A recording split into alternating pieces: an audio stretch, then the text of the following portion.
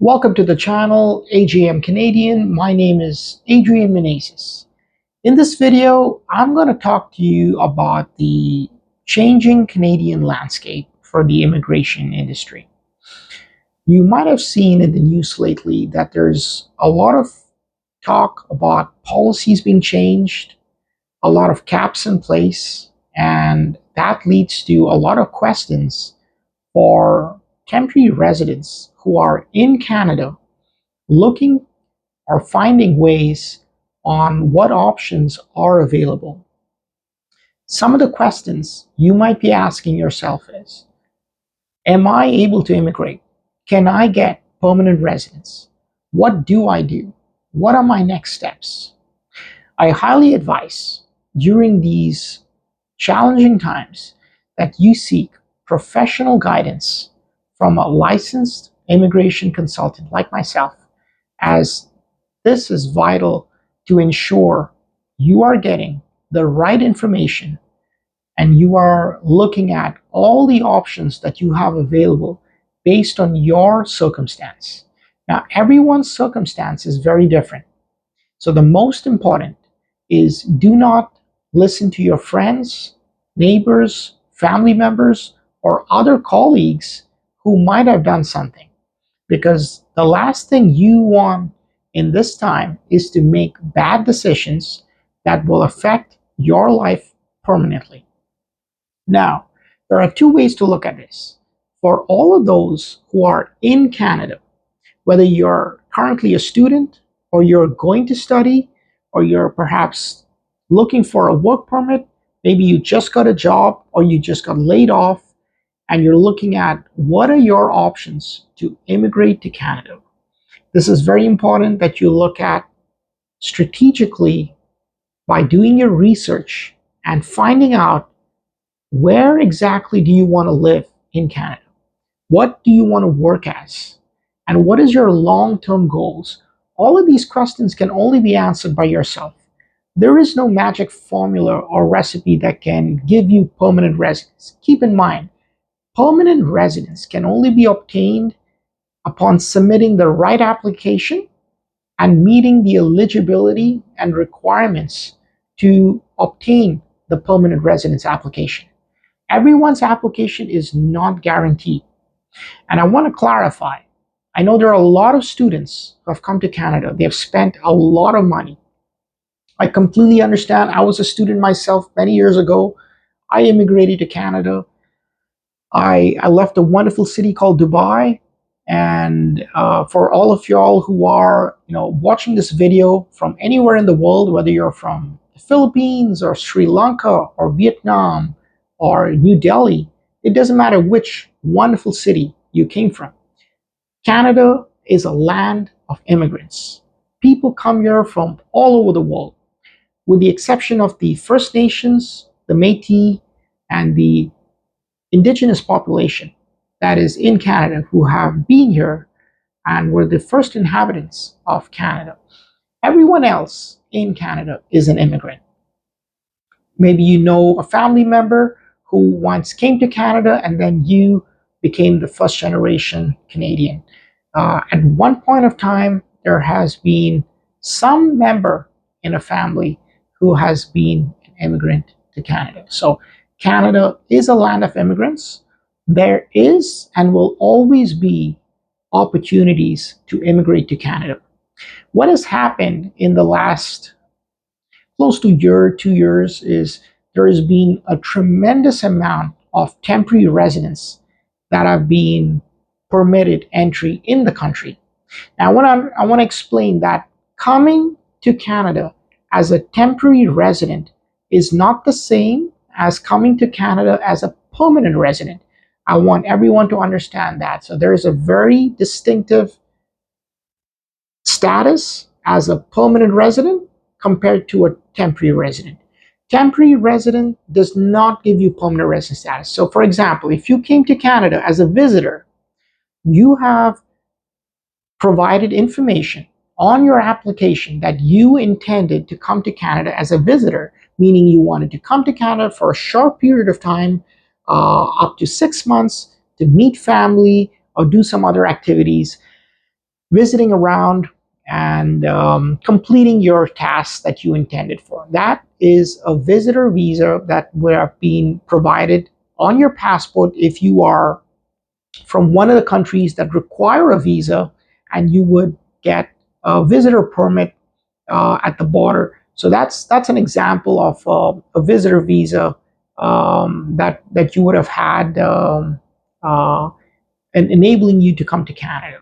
Now, these are temporary residents. They are not permanent residents. Another example is a student that applies to come to Canada, depending on which country that person is from, applies and gets a visa if they require a visa to enter Canada.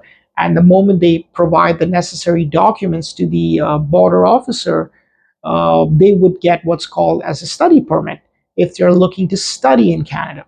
Now, the purpose of the intention to come to Canada is very important. You intended to come to Canada as a student. I want you to keep that in mind. So if you came to Canada as a student, and if you are studying, great. Keep up your good work. Keep studying. Accomplish your goal. Complete your studies.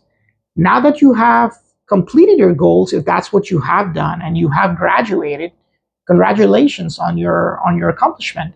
You can now request permission to apply for what's called as a work permit. Depending on the type of course that you completed, you can avail what's called as a postgraduate work permit, which will allow you to work in Canada for a specific period of time. And it's up to you to gain the requirements and meet the eligibility criteria to then move on and apply for the permanent residence in Canada. So it's not a right, it's not a guarantee, and it's not something that anyone has to give to you. I want to explain the difference between a temporary resident and a permanent resident. So while there's been a lot of news lately in the media that a lot of people are protesting and they're kind of upset, I just want to clarify that there's a very distinctive approach, and please don't get upset. Keep in mind that you are all temporary residents in the country. Follow the rules, follow the laws, follow the guidelines, as there are a lot of people watching you.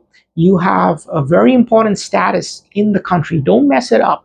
Keep in mind that you have to seek approval from the government. Whether you want to get permanent residence, you have to seek approval. Whether you need to get security clearance completed, only then, once you meet all the criteria, can you be considered, and after you've submitted an application, can you be considered for permanent residence. It's not an automatic aspect, so please keep in mind it's a process, and that process can take time. Right now, it's very competitive. Canada is selecting the best, and there is a lot of competition. They're looking at need-based, at some aspects in terms of occupation.